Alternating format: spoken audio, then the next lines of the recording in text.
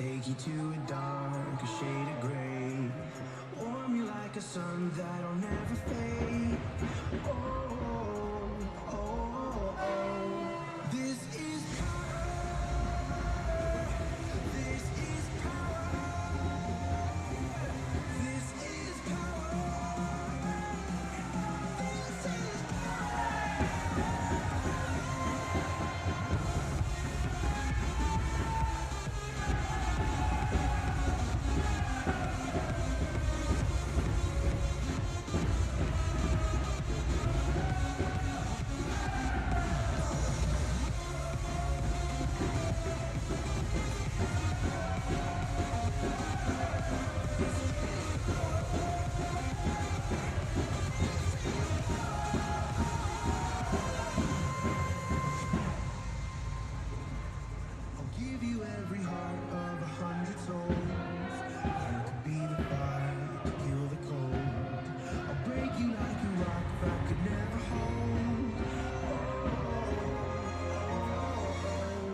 This is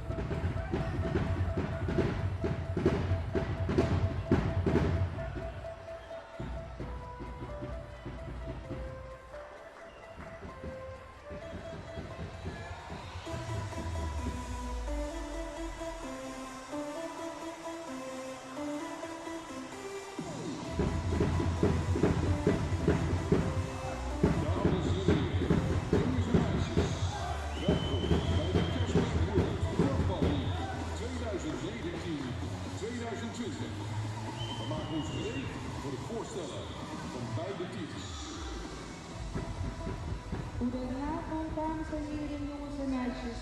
Welkom in de Liemeshallen in Alphen aan de Rijn voor een wedstrijd van Tempo Klaverbladverzekeringen in de Cashback World Korfbal League. Vandaag de wedstrijd Tempo Klaverbladverzekeringen tegen LDODK Riensma Molenplein. Ook namens onze hoofdsponsor Klaverbladverzekeringen heet ik u van harte welkom. En dan nu het voorstellen van de teams. We beginnen met de opstelling van LDODK Riensma Molenplein. Met als team van de week Vriendenschaar Bodegraven. Bij de dames met nummer 1 Marjolein Kroon met Emma. Met nummer 3 Marloes Vrieswijk met Romy. Met nummer 6 Lieneke Pries met Bas. En nummer 7 Eline Haan met Samuel. En bij de heren met nummer 11 Erwin Zwart met Cheng. Nummer 14 Christian Dekkers met Milan. Nummer 18 Julian Vrieswijk met Bas. En nummer 20 Friso Bode met Geert. Het team wordt gecoacht door Henk-Jan Mulder. Zijn assistenten zijn Jan Jouko Vlokstra en Mario de Haan. De teammanager is Wilma van der Werf. En de teamverzorgster is Bea van der Sluis. En dan nu de opstelling van Tempo Klaverbladverzekeringen met als team van de week Tempo D4. Bij de dames met nummer 2 Elma Schreuder met Tessa. Met nummer 10 Hanna Klein met Cheyenne. Nummer 13 Rosanne Wolfers met Damien. Nummer 22 Anne Otte met Ilona. En bij de heren met nummer 5 Edwin van der Weijden met Cas. Nummer 6 Tom Steenbeek met Sam en Job. Met nummer 7 Jelle Steenbeek met Chris. En nummer 15, Martin Steenbeek met Evie.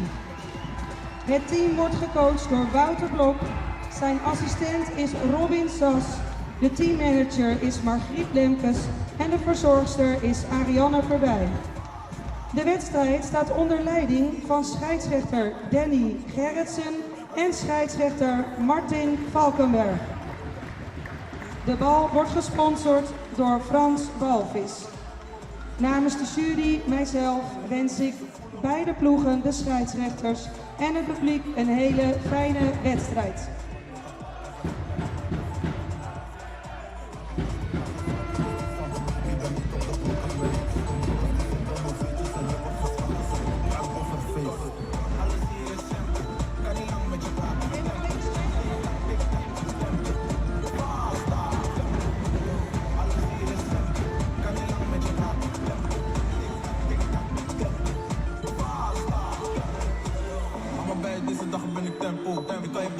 Vanavond wordt het eerst een speler van de wedstrijd gekozen.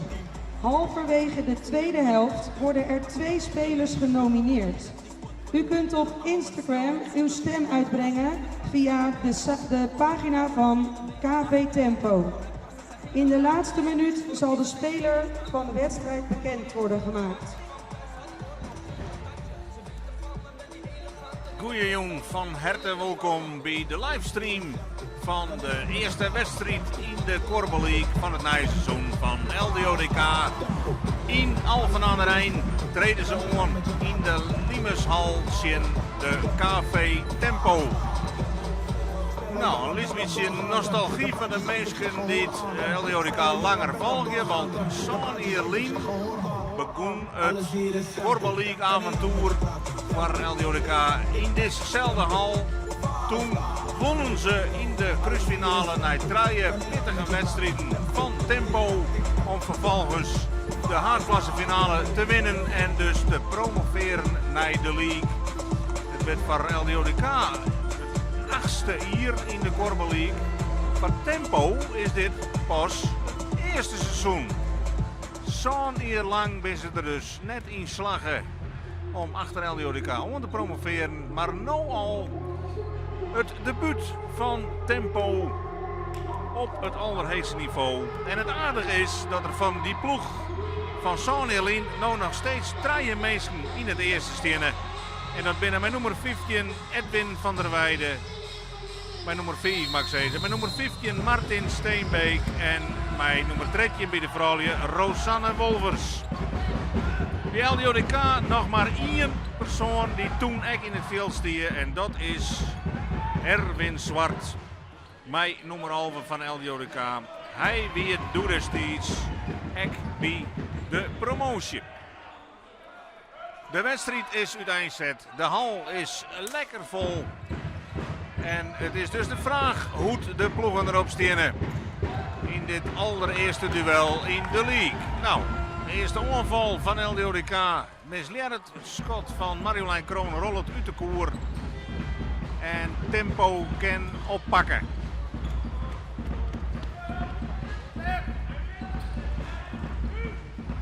Jelle Steenbeek bij het schot.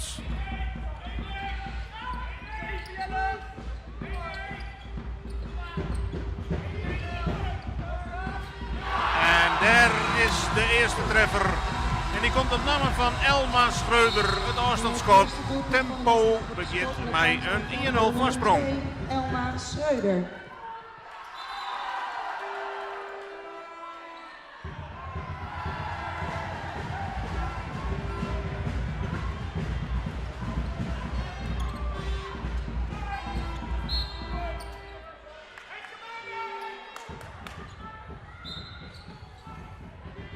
Eline Haan in de basis bij LDODK. Zij stiert hier omdat bij LDODK Diana van der Vorst nog herstellende is van een Achillespeesblessure. Van der Vorst spelen de Arne Heren altijd vast in de basis, maar had het hele eerste helft veel missen matten vanwege een hardnekkige Achillespeesblessure. En hier dan de gelijkmaker. En die komt op naam van de Nijeman bij LJODK, Christian Dekkers. Hij zorgt voor een linkerse stand.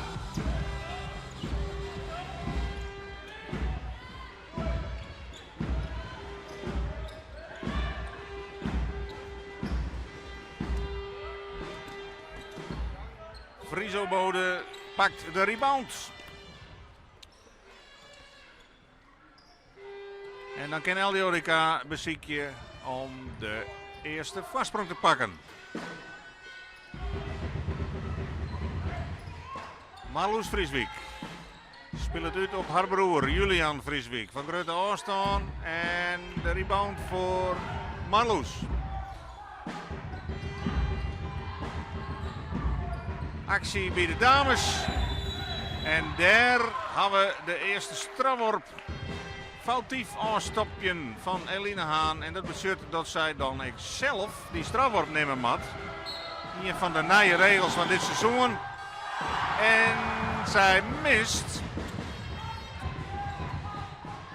Maar er zijn een paar nieuwe regels van toepassing in dit Korfbal League seizoen. En een van die regels is dat degene die de strafworp meekrijgt hem zelf nemen moet. Nou, Eline Haan die maakt van de week maar weer even oefenen op trainen. Niks aan de hand zelfs. Risicovol van Marjolein Kroon. Maar ze komen er maar bij voorlopig. Maar daar is wel de treffer. Het is Tom Steenbeek die tempo op een nieuwe vastsprong zet.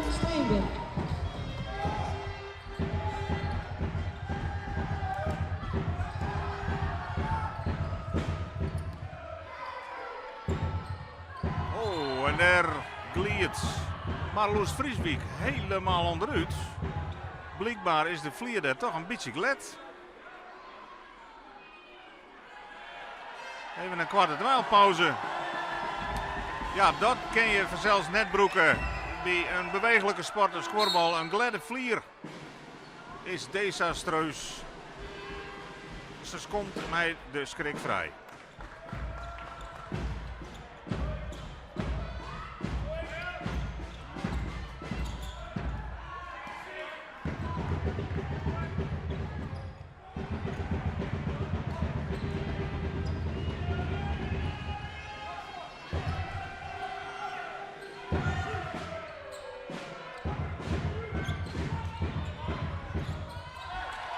En weer balverlies voor LJODK. Geen rebounds. Nee, het begin is een beetje stroef aan de kant van de Gediksters. En dus nog altijd de vastsprong van tempo. Maar de kans op de 3-1. Een mooie dubbel en die bal wordt mist. Terug Edwin van der Weijden, een van die mensen die er dus Sonny Ekkelbibi.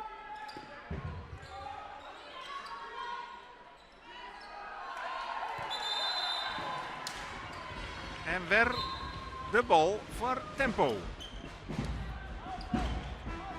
Ja, die finale serie, die hele finale serie, die cruisfinales mag ik zeggen, die wien toen heel spannend. LJODK begon thuis toen er steeds Moen mij 26-18. Moest vervolgens hij Alphen aan de Rijn, verleerd toen mij 22-19. Maar Moen tenslotte treden beslissende duel met 23-22.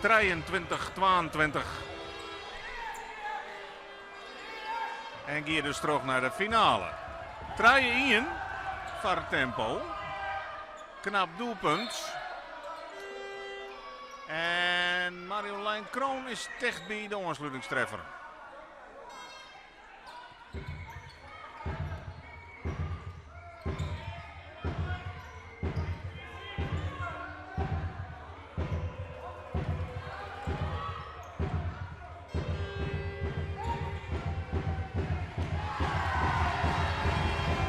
Nee, het vizier staat nog net op scherp in de onval van LJODK.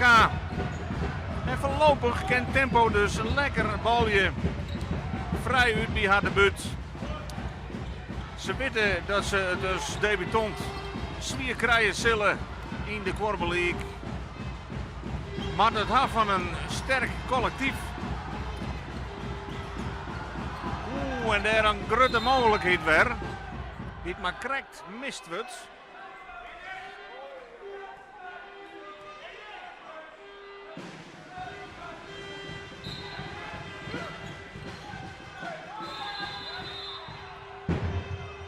En de overtreding constateert toch een van de beide scheidsrechters, dat is ook een van de nieuwe regels van dit seizoen, net meer een scheids en een grens. Maar 2 haatscheidsrechters en daar is het 4-1. Een vrije bal aan de kant van Tempo benutte nummer 2 Elma Schreuder. En dat is dan al de tweede goal van Elma Schreuder. En Tempo liet haar bijzonder goed zien hier in de eerste minuten.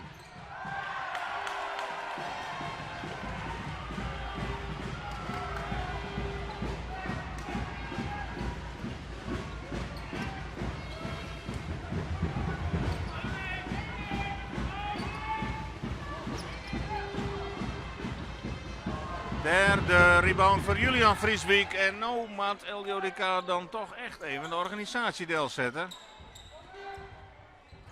Friso Bode, heel cool van Grutte Ooston. Zorg het voor jouw Aan de kant van LJODK nummer 20 Friso Bode.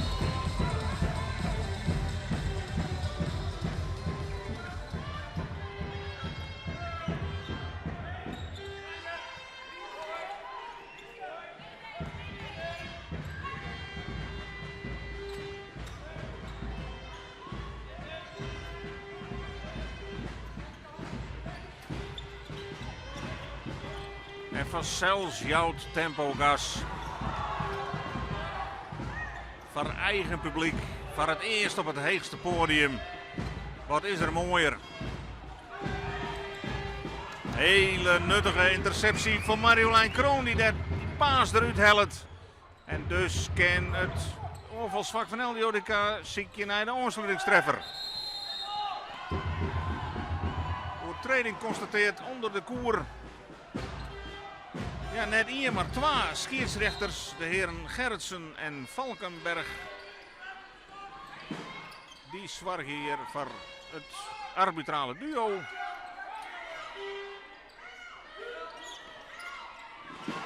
Elina Haan. Nou is het al rek en die krijgt nog een miste strafworp. Maar nou keurig afstandsschot. LJODK nummer 7 Jouwer Elina draaien. Haan. Jeugd International van LJODK speelt het in Jong Oranje.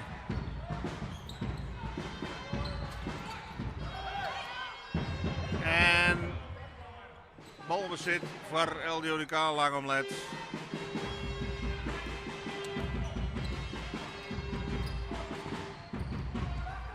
Ja, Marlies Vrieswijk nou in balbezit. Oh, hier een blessure bij Erwin Zwart. Die is rekken in die botsing. Onder de knibbel of in het bil. Had wat lest. Maar het lijkt erop dat de skeer wat afvalt. Ja, dat maken we vanzelfs net haar blessures. Erwin Zwart, de enige speler van LJODK, dus Dieter Sanelin, Ekby wie geen gelukkig verder. Maar het is Wolver, balverlies.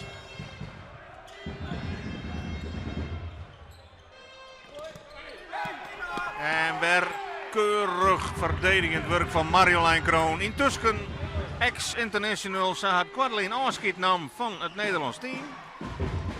Krek als Erwin Zwart trouwens. Hij is geen international meer. De enige international in de ploeg van LJODK die nu nog in het grote Nederlandse team speelt is Marloes Vrieswijk. Nee, in de selectie kwam over van Blauw-Wit Amsterdam. Verhoezen waarom met Friesland. Naam voordaliks haar vrouw mij. Christian Dekkers en Ekdi is dus nee in het eerste van LJODK. Julian Vrieswijk van afstand.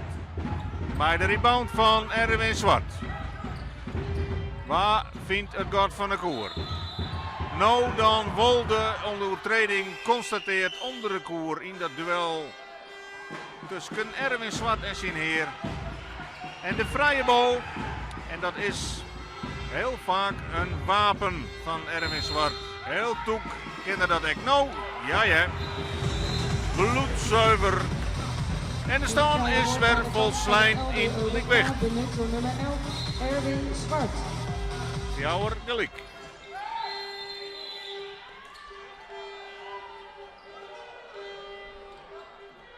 Nou dan de vrijbal aan de kant van Tempo.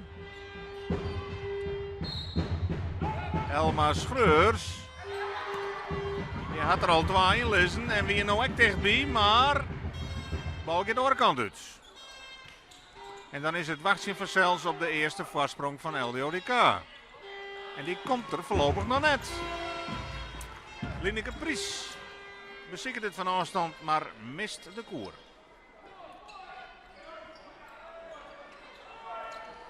Heeg tempo. Letterlijk en figuurlijk. Dat kost het krachten en dan is het maar correct hoe lang je dat volhouden kan. Hè?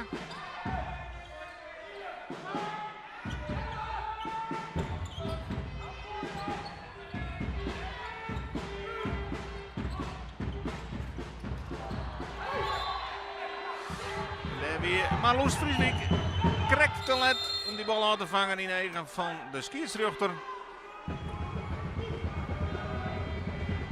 Jelle Steenbeek moet hem even melden bij de leiding. Mondje dicht hier, net de volle commentaar op de leiding. En dan kan het spul weer verder gaan.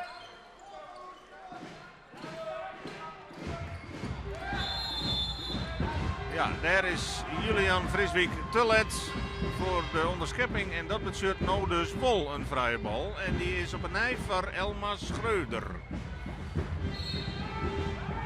De gevaarlijkste dame aan de kant van Tempo. En dit is waarom. Zij is doek, want dit is al haar derde treffer. Elma Schreuder.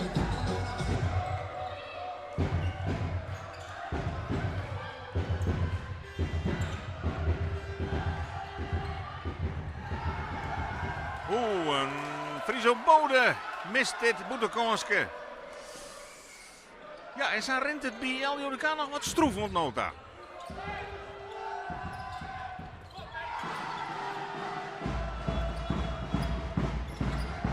Oeh, een toekbaltje uitspelen. Kans kon er een koer, maar wel mis. Maar het balbezit blijft voor Tempo. En vanzelfs wordt bezocht om Elma Schreuder. Julian Frieswijk dicht bij de onderschepping. Ja, zak en dek. Anne Otte scoort van afstand. Het verschil is weer 2. 22, Anne Otte. Thijs Fjouwer. En vooral de dames van Tempo zijn behoorlijk op schat. Nou, daar is het antwoord van Marloes Frieswijk. Bij haar eerste treffer brengt het verschil erop naar 6-4. Nummer 3, Marloes Frieswijk.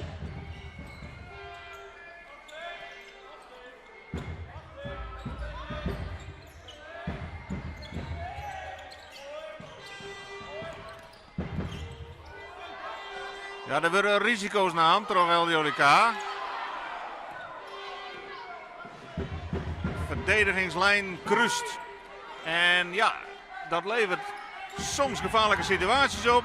Maar no balbezit wil ze nou even stapje voor een blessurebehandeling. Bij de dame met nummer 22, Anna Otte, die het niet schrikt het doelpunt maken. Die zei Fjouwer. Even de vingers tapen. En dan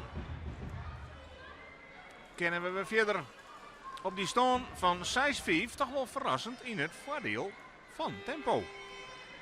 En net onder de ochtend. Zeg je, dan krijgt wat beter met de kansen om dan LDODK. Ontnota.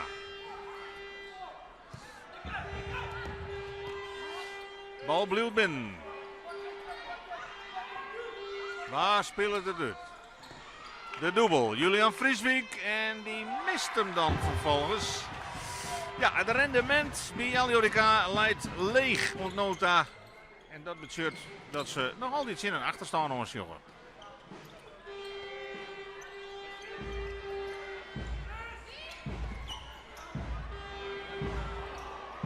Keurig reboundwerk van Friso Bode daar.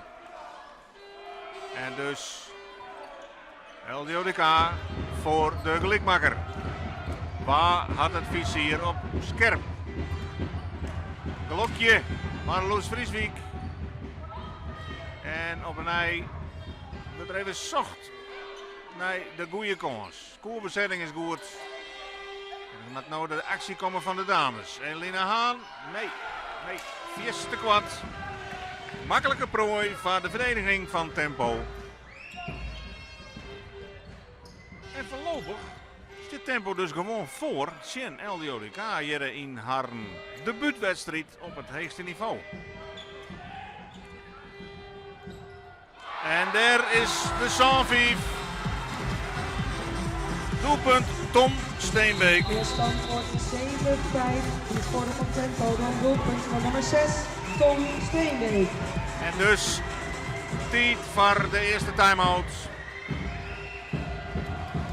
Er is een time-out aangevraagd aan de kant van de LJODK. LJODK bij monden van trainer Henk-Jan Mulder. Wil even bijpraten met zijn spelers, want hij zocht dat ze slordig uiteindelijk zetten. Net de goede kansen kiezen. Te volle balverliezen. En nou dus even de popjes weer op een goede plak zetten, maar de Wiels orenvak onderhand dan we terug Jan-Jouke Vlokstra, assistentcoach en coach van het tweede. Ja, hier is de stemming fleurig. Het zwart-wit, de bijen van Tempo, de KV Tempo hier uit Alphen aan de Rijn. Die zorgen tot hun eigen verrassing dat Harnteam gewoon op vastsprong steert het LJODK, wat je toch wel als grote favoriet aan dit duel begonnen is.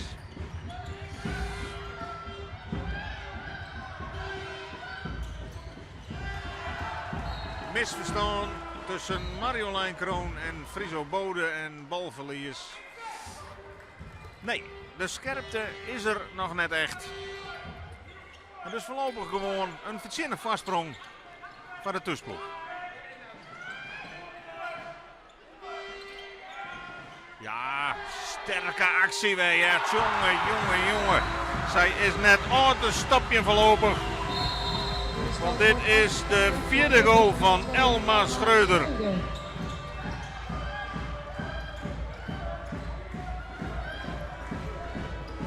Voorlopig een onweest voor die Gorbeliek zat te zien.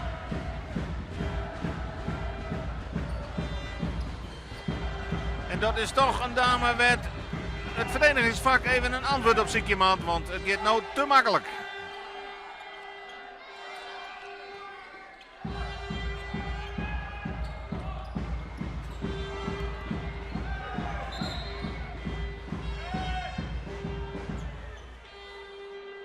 Marloes Vrieswijk krijgt talent in de eigen van de scheidsrechter.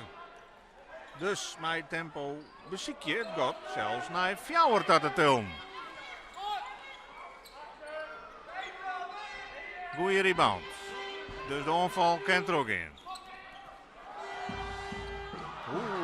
Daar een grote mogelijkheid. Nog een mogelijkheid. En nou dan de rebound van Julian Vrieswijk. Zodra de bal in het onvalsvak is, begint de klok te tikken. Binnen 24 tellen mat de koer minimaal rekken wijzen voordat de tijd weer opnieuw naar 24 springt. Nee, er wordt geen overtreding constateerd. En dan is het dus Christian Dekkers die de bal gewoon over de zijlijn rent. En weer balverlies.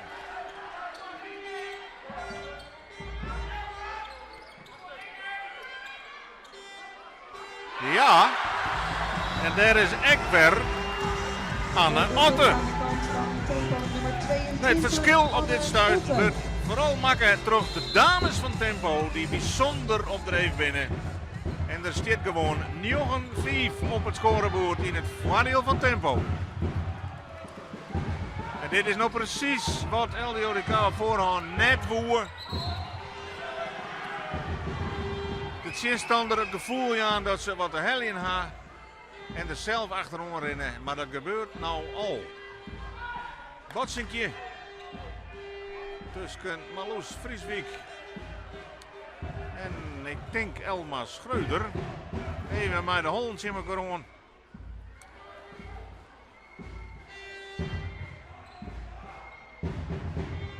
Ja, velden wel om de bal. Balbezit is voor LDODK.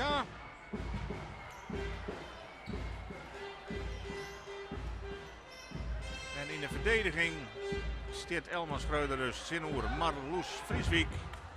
Onvallend staat Seitje in Elina Haan.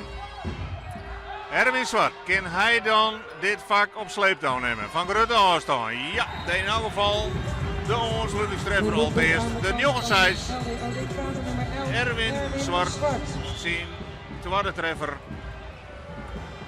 Brengt LDODK weer een beetje dichterbij.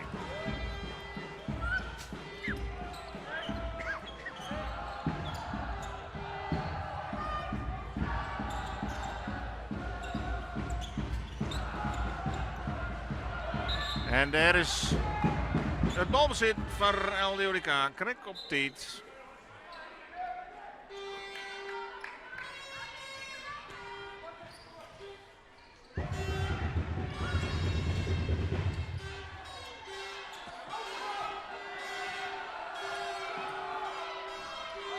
En het gaat nog steeds moeizaam. Ja, dan zit het blok echt net mee. Deze bal draait uit de koer. Dit schot van Marloes Vrieswijk. En dan is nog altijd die voordelige marge van 3 goals in het voordeel van Tempo. 9-6.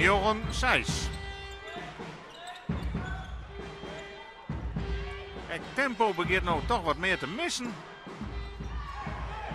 Niks zo'n hand, zei de scheidsrechter. Net verdedigd, maar geen strafworp. En dus gaat het spul terug. Nog 16 tellen had Tempo om de koer te rijden. En er komen nou weer 24 bij.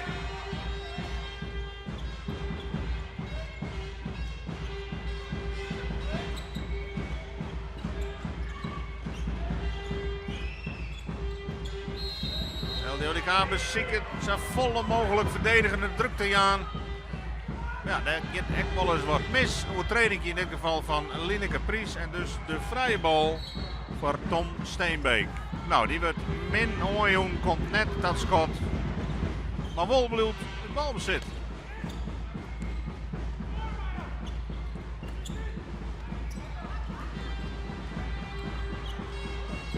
En nou dan de rebound van Friso Bode. En wanneer begint het wat te rennen bij LDODK? Nog altijd rennen ze er achterom. Want Erwin Zwart het dan nog een keer doen. Elina Haan en de rebound. Julian Vrieswijk. Ja, dit is toch weer een ouderwets keurige onval. Zijn eerste treffer. Jongenson.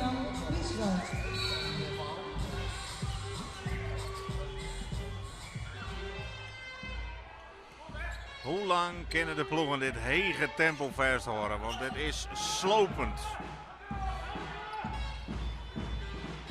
Dit is krachtenverslindend. En dat zo uiteindelijk in het voordeel werkje maken van LDODK wat fitte selectie had. En die dit tempo ook went binnen om te spelen. Lineke Pries. Rek het geen koer.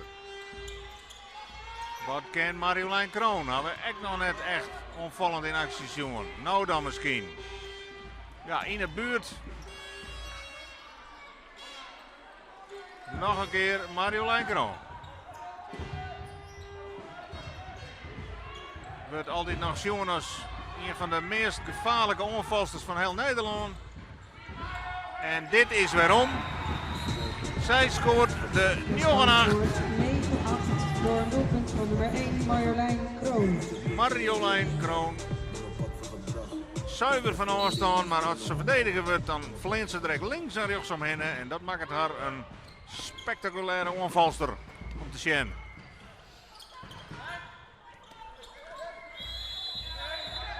Een aanvallende fout constateert. Mooi uitlokt terug Julian Vrieswijk. En dus het balbezit weer voor LDODK met de achterstand van 1 punt verschil, 9-8. Maar de kans op de gelijkmaker. Lineke Pries van aanstaan. En Marjolein Kroon nog een keer beziek. Ja, daar is ze. De stand van Bloed heel belangrijk voor dit LDODK. 2 treffers op Riegen. Betekent dat de stand weer volslijn in liekwicht is. 9-9.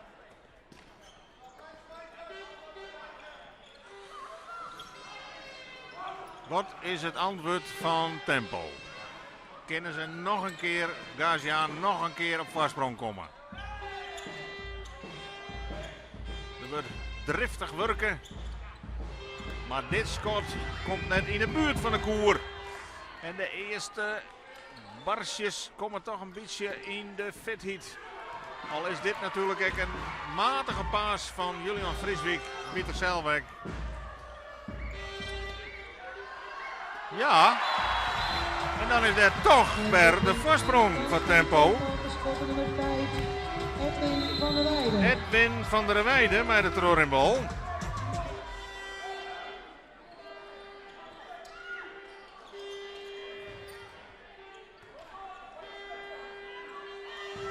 Nee, Tempo jouwt nog nota prima partij. En daar is Erwin Zwartzaart, we hem kennen. Fabelachtige passeerbeweging. Troorinbal met 1 hand. En de ex-international laat zien dat er dat in elk geval nog lang net verleerd is. Ik zie de treffer al ontnota. Ja, en wat te denken van deze dame. Aan de kant van Tempo, het 5e doelpunt van nummer 2, Haar Elma 4e Schreuder. treffer, Elma Schreuder. Dat is wel de uitblinkster ontnota in dit Korfbal League duel. Elma Schreuder. 4 treffers, zorgt het voor Alve zien.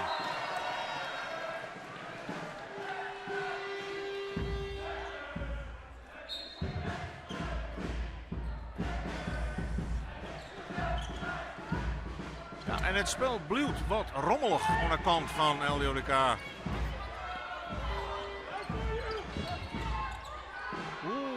En daar een riskante troorinbal. Omdraaibal, mag ik zeggen, die het maar correct misgaat.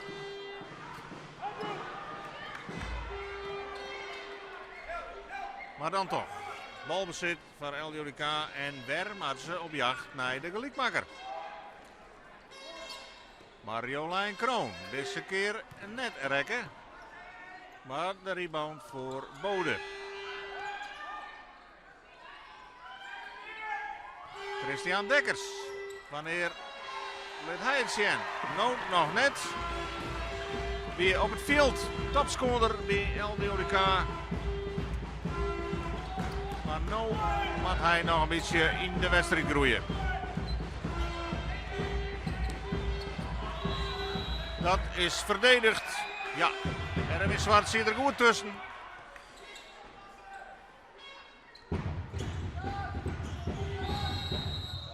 En de vrije bal voor LDODK. Foutief aanstapje Lineke Pries.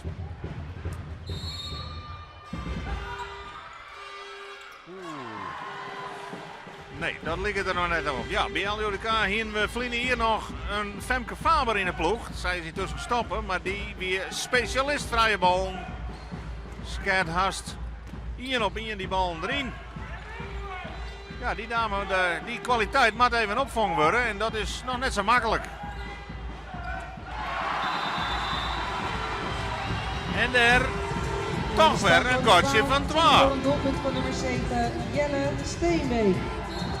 Jelle Steenbeek van Oorstaan tilt de marge weer naar 12 verschil. Tolve zien.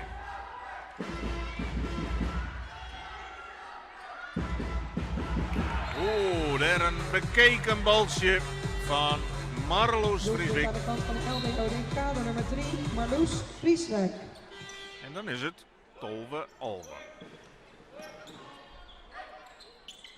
Mooi om te zien hoe het LDODK beziekert om die looplijn, die ballijn te snijden in de verdediging. Zodat de onvallers eigenlijk net met een geschikte paas aan kunnen. Maar ja, daar zitten eigenlijk risico's onkleefd. Want als ze de bal net onderscheppen, dan zit er voortdurend 1 of 12 vrij. Nou, dit weer even een ongelukkige botsing. Maar het spel kan gewoon weer verder gaan.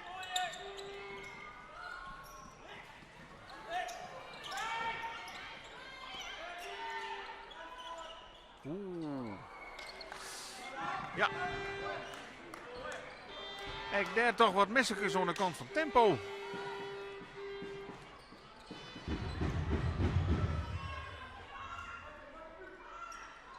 Erwin Swart van Oostan. Ja. Ja, die had het vizier voor. Punt aan de kant van LDODK, nummer 11, Erwin. Tolwegelijk. En als ik goed telt ha, is dit die Tusken Eggels zien. Vierde treffer.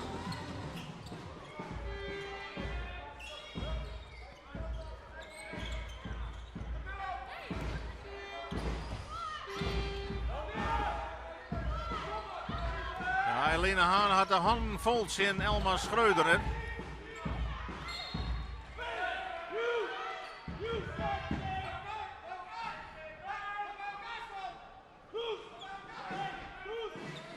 Ja, het vak, verdedigingsvak van LDODK mat had er natuurlijk ook in steunen. Rechtdekking aan. En nou weer de schotklok intussen op 0. Zonder dat de koer rekken wordt. En dat betekent dat dan de Chimpartij de bal krijgt. En dus balbezit voor LDODK.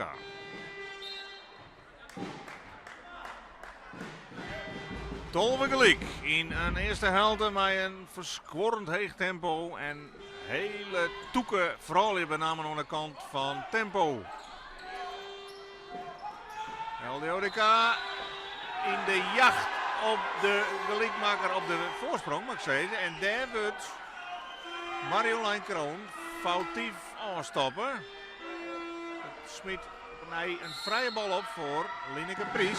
En is er nou toeker? Ja. Dan hebben we dus eindelijk de eerste voorsprong voor LDODK. Vrije bal, Lineke Pries.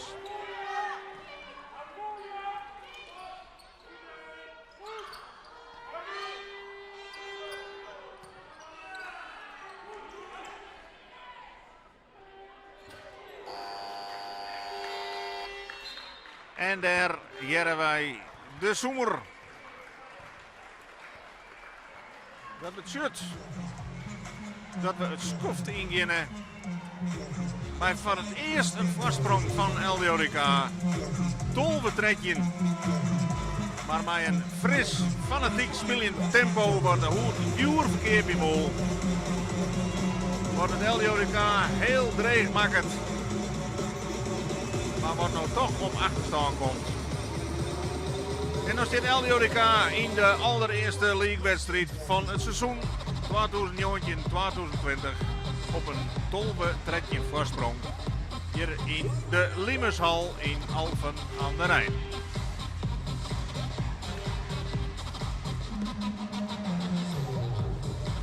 Beide ploegen krijgen even tijd voor een slokje drinken. En wij melden u straks voor een aantal minuten waarom. Voor de tweede helft van de wedstrijd tussen de KV Tempo en LDODK. Restaan tolwe tredjen dus in het voordeel van de Gordiksters.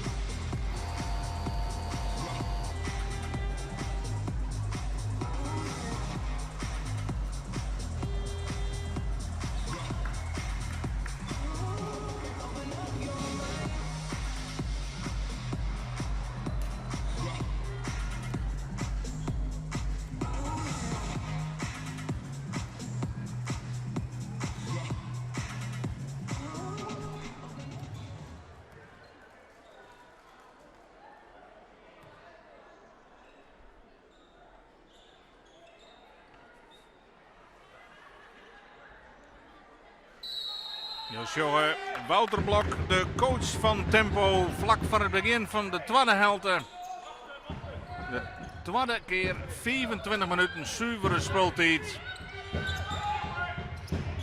In het duel tussen Tempo en LJODK, waarbij het eerste beste schot rekken is. Het is Christian Dekkers die van afstand zien tweede treffer maakt van deze wedstrijd. En LJODK op een 14-12 voorsprong zet. Drege eerste helft voor LJODK. Ze eigenlijk de hele eerste helft achterstaan.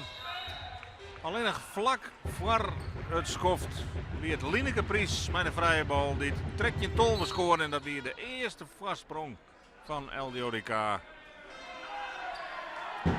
Want Tempo joeg dapper partij. Vooral over de dames. Bij de haardrol voor Elma Schreuder die maar liefst 5 keer scoorde in de eerste helft.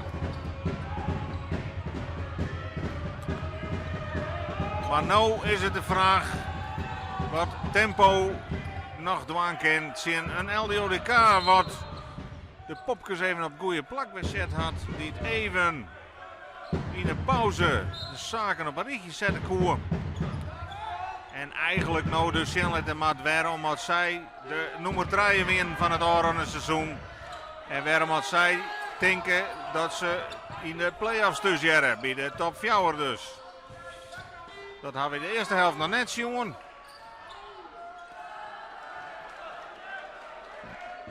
En ik nou rint het nog net allerlei lekker soepel.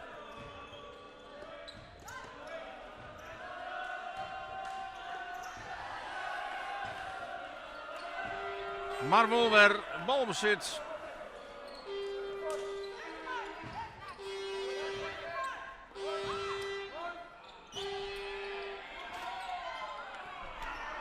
En dat is natuurlijk ook belangrijk. De reboundkracht onder de koer. Hoe langer het balbezit in een vak blijft, hoe groter de kans wordt op het doelpunt. En daar is Eline Haan. Maar die mist dan toch. Die international van Jong Oranje. Nou dan misschien, van afstand. Nou, een beetje pech. Maar de druk is groeiende vanuit de kant van LJODK. En Tempo maakt meer en meer achteruit. Maar nou eerst wel de vrije bal. Nou, variant.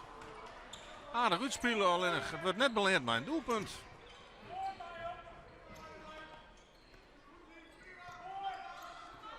Oeh, dat weer wel een blok van Marjolein Kroon.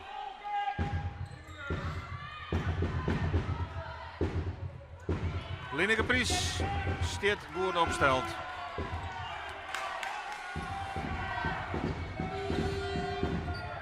En het wachten is eigenlijk op de demorage van LJODK, maar die komt er voorlopig helemaal net. Want het is Marloes Vrieswijk wat haar paas de misting inshot. Maar bij die onderschepping is het Jelle Steenbeek die hem wat verknoffelt. Het valt wat daar. Zat de scherm.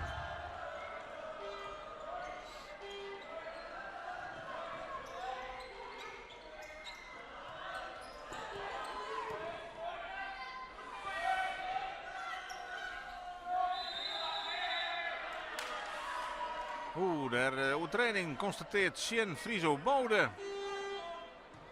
En dus weer een vrije bal. Ja, die mag je net te vaak zien krijgen, want dan is het er wel in zelfs. Oeh. Die wordt ik behoorlijk mist. Nou, gelukje van LJODK. En wanneer komt die demarrage? Erwin Swart dichtbij. Koert van 4 treffers in de eerste helft. Goeie schijnbeweging. En daar is zijn 5e treffer. Dit doelpunt aan de kant van Eldenburg. Van Oorstaan, Erwin Zwart, Tolve 15.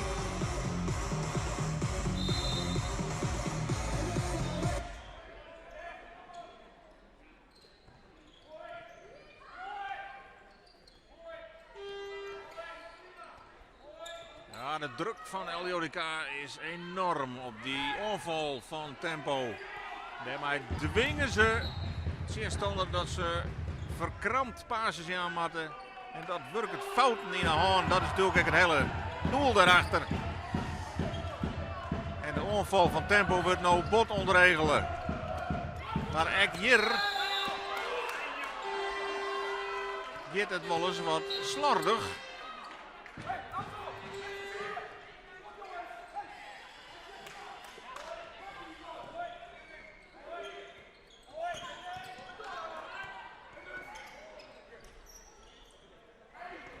Ja, iedereen weet natuurlijk dat het een lang pittig seizoen wordt. 18 reguliere wedstrijden. En dat een beetje mij zit, daarna nog play-offs. Dit is pas de eerste. Maar het is in ieder geval Erwin Zwart die de scherpte werd te pakken had.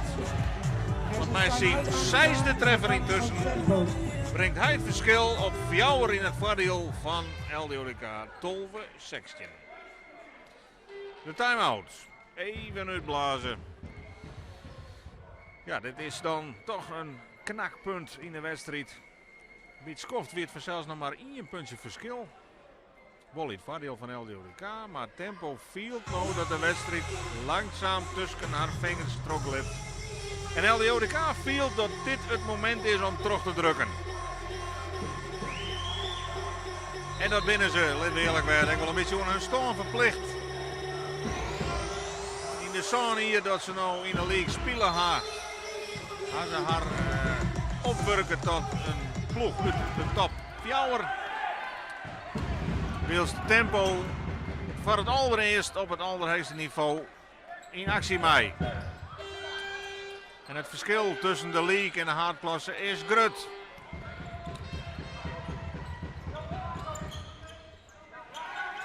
Marjolein Kroon. Nee. Die had pech. En dus mijn Tempo beziekje om het Dutchie weer wat lichter te maken. 12-16 is de stand. Ja, het is werken, het is wrakselen, het is forceerd zitten. Dat is precies wat LJODK graag wil bij de tegenstander. Ze dwingen om andere dingen te doen dan dat ze het liefst doen. Weer even een lichte blessure, zal ik het voor Erwin Zwart. Valt wat daar. Maar wel het balbezit. De jongeman die het van een week krijgt, 29 jaar is en dus qua leeftijd zo'n beetje op de piek zit van zijn kunnen als korbeler.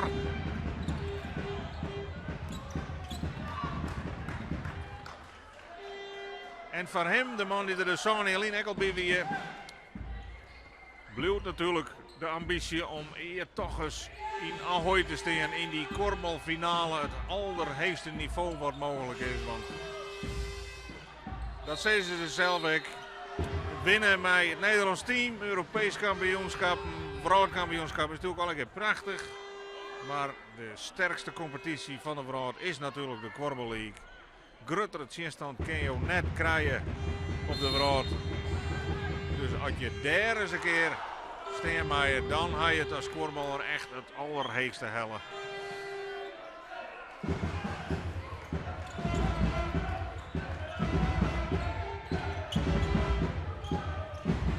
Christian Dekker zocht zijn schot echt weer uit de koer bij draaien. Nee, het echte grote god is nog net slijn. 12-16 ertussen gestaan. Maar terugdrukken is er nog net bij. Oeh. Ja, daar zeg maar toch echt een geforceerd schotje van Elma Schreuder. De dame die er in de eerste helft 4 inskeert. En daar wordt het vizier al wat minder scherp. Lineke Pries. Ja. Ja, het is al een keer net 4 mis, maar het is wel mis.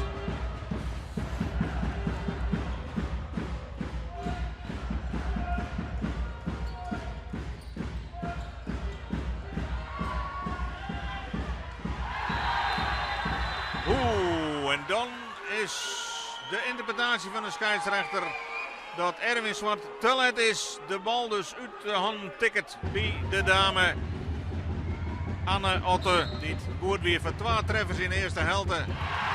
En die scoort dan eindelijk een doelpunt van tempo in de tweede helft. Trekje 16. Nummer 22, Anne Otte. Haar tweede treffer.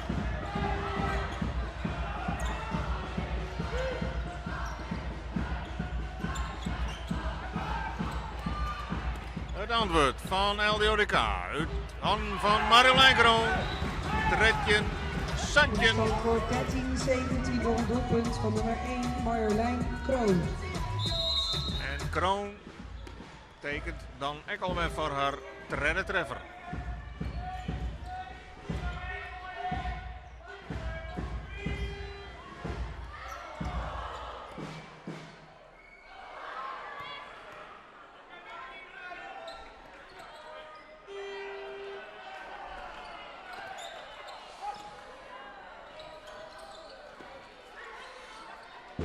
Julian Vrieswijk. Julian Vrieswijk mist en de training is geconstateerd onder de koer.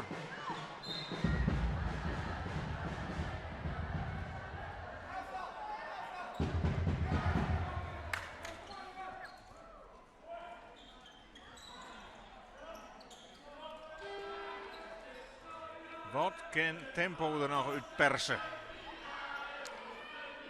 De debutant in de Korbe League. De Germij groen-geel. Het Wormer.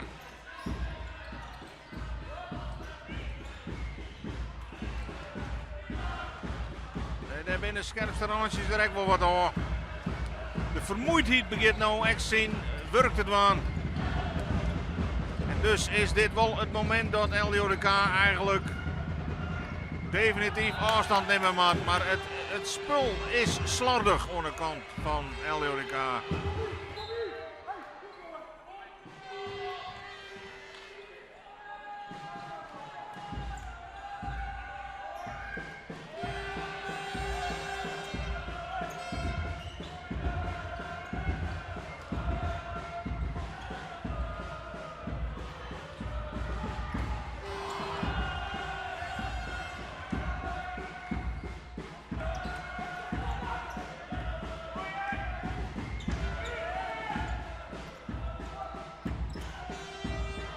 Ja, dan toch weer een mooi doelpuntje hier aan de kant van Tempo. Doelpunt aan de kant van Tempo, gescoord door nummer 5, Edwin van der Weijden.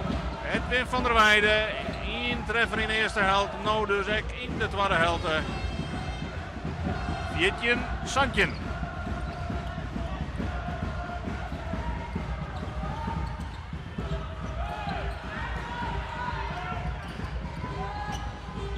Het antwoord.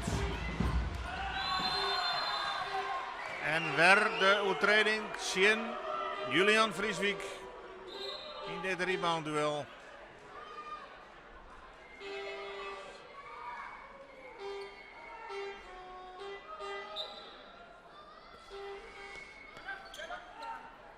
Het is duidelijk dat LDODK in deze nieuwe samenstelling ook nog wel een beetje wennen maakt. Er missen natuurlijk een aantal mensen ten opzichte van Vlienen hier. Femke Faber is stoppen. Marion Visser is ermee ophouden. En Tim Vlokstra, die is overgang naar Top Sassenheim. Dat zijn nog 3 basisspelers. En André Zwart, die speelt voorlopig in het tweede. En zocht dat zijn broer Erwin in elk geval de topscorer van de wedstrijd aan het worden is. Want dit is al zijn zo'n treffer hij tekent voor 14, 18. Dus eigenlijk 4 nieuwe gezichten in deze selectie hier in de Seel. Ja, 5 mag ik eigenlijk zeggen, want Diana van der Vorst spelen echt nog in het tweede voorlopig. Niels Erma Schreuder echt haar 6e goal te pakken had. 15, 18.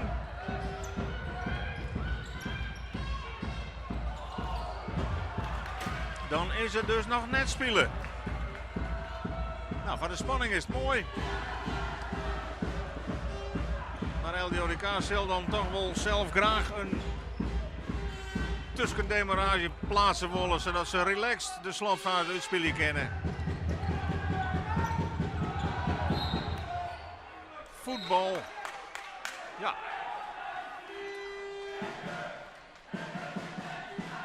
Op hele kracht speel je dat wel net, dan sloepen er fouten in.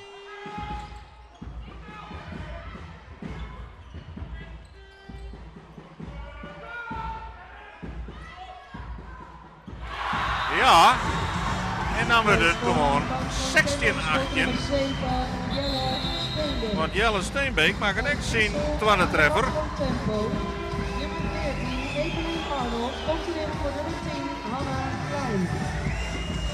Pixel aan de kant bij tempo nummer 14, Evelien de Feiter, die komt erin.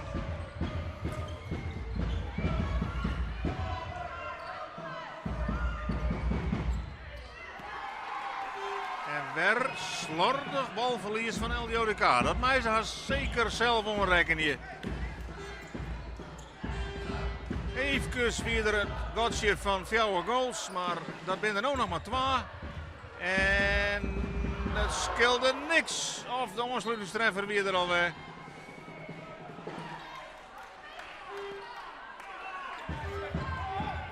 Nee, coach Henk-Jan Mulders zal net tevreden wijzen over de concentratie binnen zijn team. Helene Haan van afstand. Nee.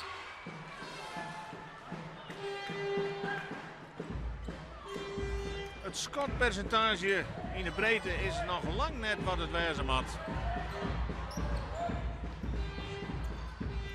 Maar daarop blijft het wel een wedstrijd en field tempo dat er misschien zelfs wel een steuntje in zit.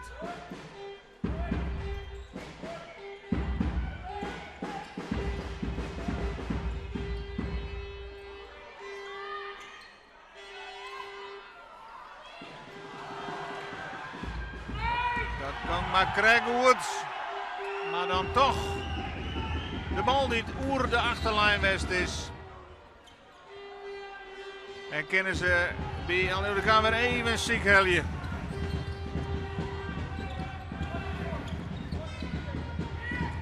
Waar pakt de trio? Marloes Vrieswijk. Ken zij het dan? Nee, zij is nog net echt gelukkig met haar afstandsschoten.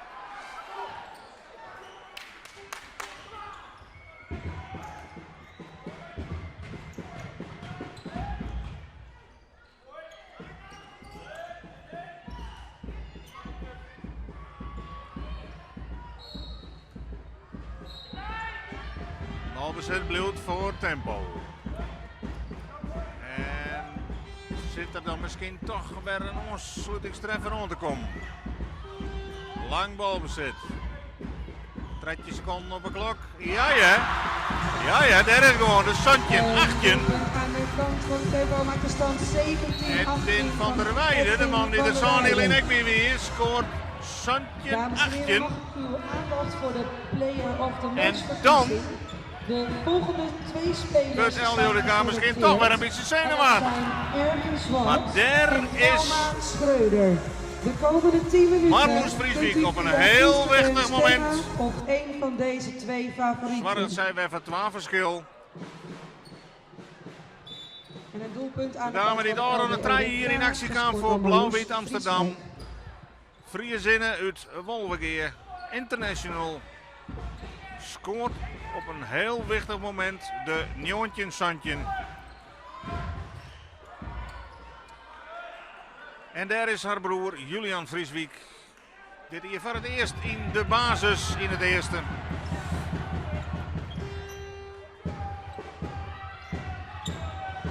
Speler van Jong Oranje.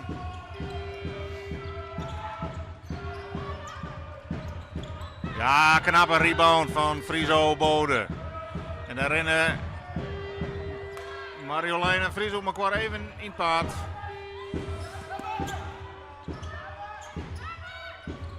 Maar de actie nou komen van de heer.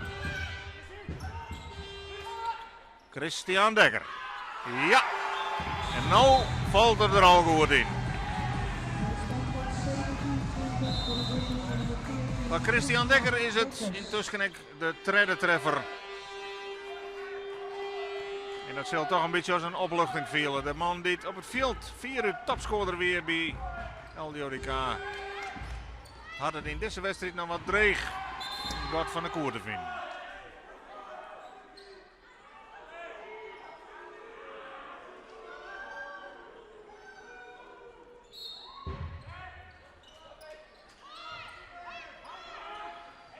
De druk groeit. Ja, en dan staat Julian Vrieswijk prima opstelt daar onder de koer. En is het LDODK wat de eerste Zwarmo leeft had. Zeg dat het tempo waarom kwam tot op een puntje verschil. Maar nou. En dan toch een misserke. Nou dreigt het God toch weer richting de fjouwer te groeien. Christian Dekkers en daar is die treffer. Santje 21. Paar goals op riegen van Christian Dekkers. Betekent toch weer een goaltje van fjouwer. Nou. Is dit dan de finale demarrage of kan tempo nou nog een keer weer omkomen?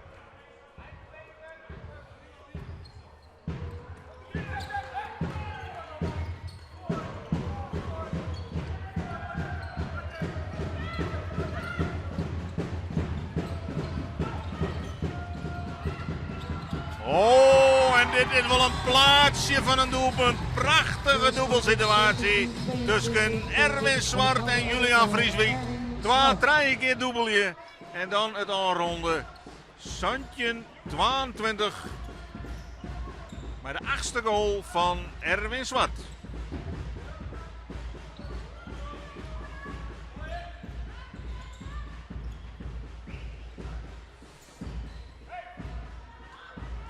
Nou, kijk daar een dubbel.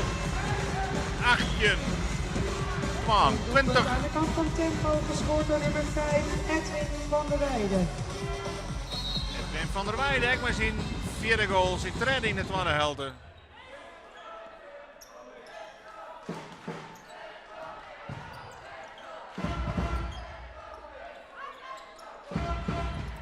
Lineke Pries krijgt net.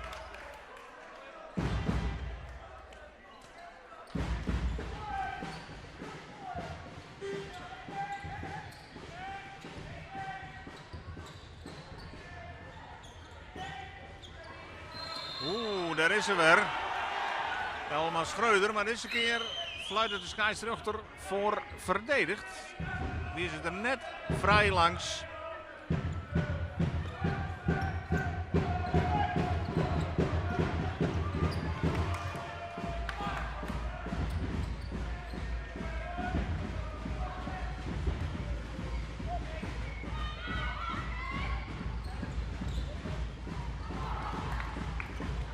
Prima onderschepping van Marloes Vrieswijk.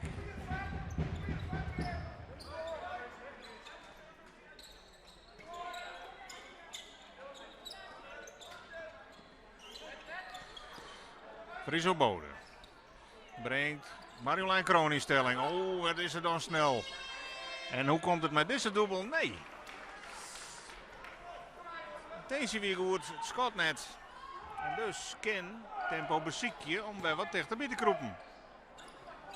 4 goals verschil, 18-22 te staan. Oeh, en daar neemt Julian Vrieswijk dan toch wat te volle risico's blijkbaar. Het eerst in eigen van de scheidsrechter. Dat betekent een vrije bal voor die levensgevaarlijke dame Schreuder, die nou een keer mist.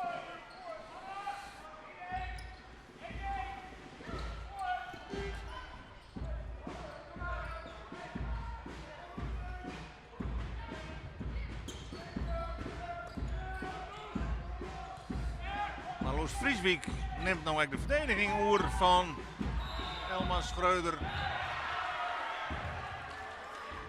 En hier zocht de scheidsrechter een overtreding. En leidt de bal op de stip. Tempo krijgt de strafworp. En blessures bij de dame van Tempo, Anne Otte. Nou, en volgens de regels moet zij die strafworp nemen. Als zij de straf op mij krijgt, moet zij hem echt nemen. Dat is onze zorgheren. Als je elk vak zijn eigen strafworpnimmer. Maar in de nieuwe regels staat beschreven dat degene die de straf op mij krijgt, hem echt zelf nemen moet. Er wil wat commotie over juster in de wedstrijd tussen Fortuna en PKC. Daar kreeg een Fortuna-speelster Mirjam Malta een strafworp. Nou, de coaches weten dat het net haar sterkste punt is. Vregen onmiddellijk een time-out aan, vlak voor die stip. En vervolgens gooien er een wissel erin. Helle Malta er even uit. Zodat zij die stip net hoefde te nemen. En zo wordt die regel dan soms alweer omzeild. Nou dus, achter de bal Anne Otte. En zij mist hem. Nou. De krachten die verdwijnen staren gewoon uit de leven van de spelers van Tempo.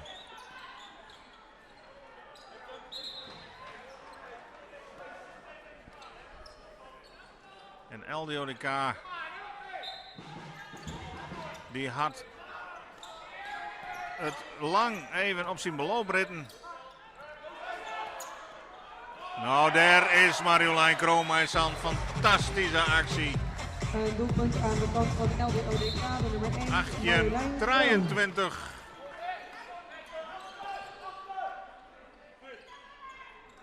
Net te volgen. Zo vlug als zij dan schakelen kan.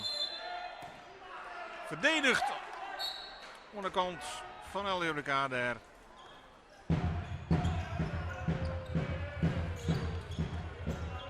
Maar staar gewoon wordt het verschil duidelijk tussen een debutant en een ploeg dit jaar op routine speelt. Dit toch jarenlange Korfbal League ervaring meeneemt. Christian Dekkers. Een doelpunt aan de kant van LDODK, nummer 14, Christian Dekkers. Nou, zien vierde goal in het tweede helft, dus in 15 in totaal. En dan André Zwart in het veld. Dat is de man die Sonierlin onvierde wie van het LDODK wat toen promoveerde. Hij scoorde 8 keer in de beslissende derde wedstrijd hier in de cruisefinale en zorgde daarmee toch dat LDODK promoveren koer. Hij mij dan toch nog even zijn minuutjes meidjeren. Had al een wedstrijd met tweede spelen. Zijn tempo 2 die hier roem naar LDODK. 43-20. Daar weer de doelpunten die voelen als riepen appels. Dat is hier net het geval, maar misschien kan de score toch nog richting de 30 gaan. Och, en hier krijgt Julian Vrieswijk de bal zien. Hij zou treun voordat hij de bal vong. Dus dit feestje gaat net erop.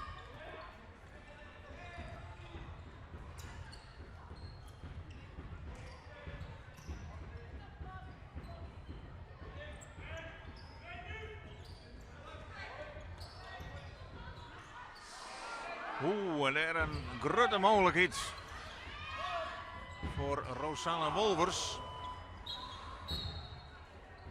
Ook een dame die te Sanne in het veld stier.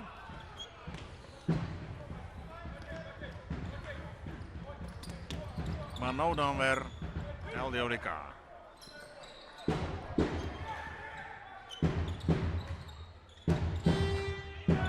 Sterk reboundwerk van Julian Vrieswijk. Oeh, slordig paaske. Maar het wordt nog gecorrigeerd en... Nou, nog altijd balbezit. Nou niet meer. Ja, de druk is er een beetje aan.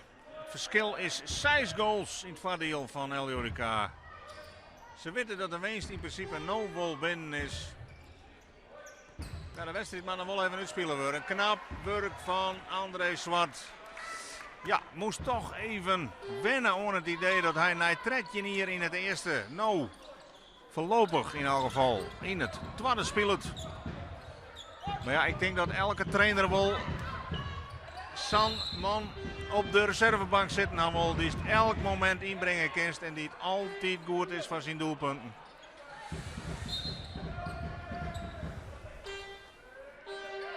Daar dan de goal van Marloes Vrieswijk. 18-25.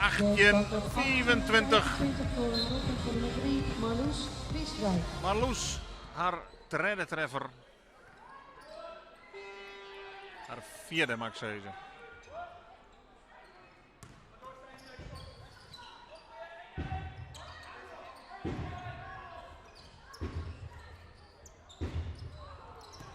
En bij tempo wil het alle correct net meer.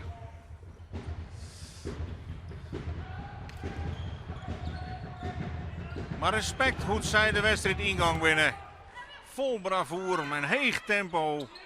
Had zelfs een heel skoft onder de leiding west. Vlak voor het skoft pas voor het eerst op achterstaan. En ja, zelfs Erwin Zwart mist wel eens een bal. Maar het zou me niks verbazen dat hier meer ploegen binnen. Die het in de Limeshal hier in Alphen aan de Rijn best wel eens pittige duels verwacht je kennen. Ja, dat leidt er vrijdag op. Trouw in de reg van Christian Dekkers. En dus de strafworp voor Stijn Eilers.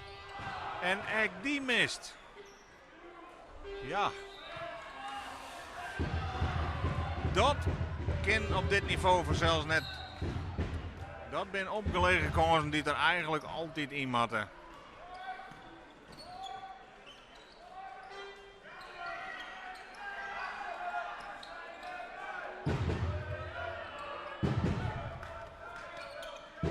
Tolve seconden, dan maar toch echt een keer die koer rekken worden. En ja, dan wordt er wel rekken. Maar je het rek uit.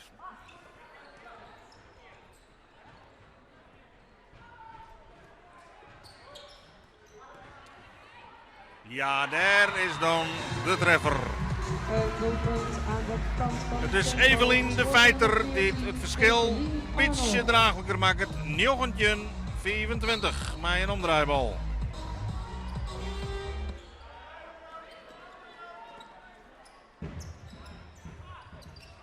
Och, André Zwart. En we hebben een player of the match. En de player of the match is geworden Elma Schreuder met nummer 2 met ruim 55% van de stemmen. 20-24. Afstandsschot van Jelle Steenbeek. Bij de tafel. Even zijn doelpunt voor tempo gescoord door nummer 7 Jelle. Het publiek hier stem had gebracht had voor de player of the match, de speler van de wedstrijd. En die is mij grut vertoon gang naar Elma Schreuder.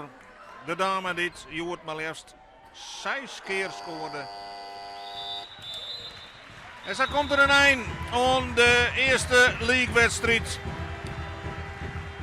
in het nieuwe seizoen. LDODK die wint in Alphen aan de Rijn met 25-20 van de debutant Tempo. Die het een heldenlang heel knap meidwaan koer. Zelfs op voorsprong stier. Vlak voor het schop voor het eerst op een puntje achterstand kwam. Tolve tredje weer de rest staan. Nog een keer in de tweede helft. Fjouwers verschil achter en kwamen ze weer om tot 1. Maar uiteindelijk toch Beliers moesten. En dus begint LDODK met winst in de league. En dat is echt precies wat ze willen. Alle wedstrijden benaderen als een finale. Want LDODK had maar 1 doel dit seizoen. Via de top 4 naar Ahoy. En dan moet er een hele product goed gaan. Nou, de eerste punten binnen. Tempo kan waarom zien op een fraai debuut van het eigen publiek. Had de hoed duur verkocht. Maar ben op dit stuit nog een maasje te lieds voor LDODK.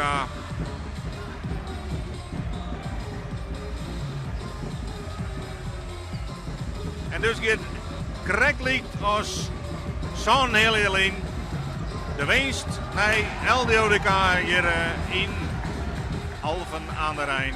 Nou mei 2024.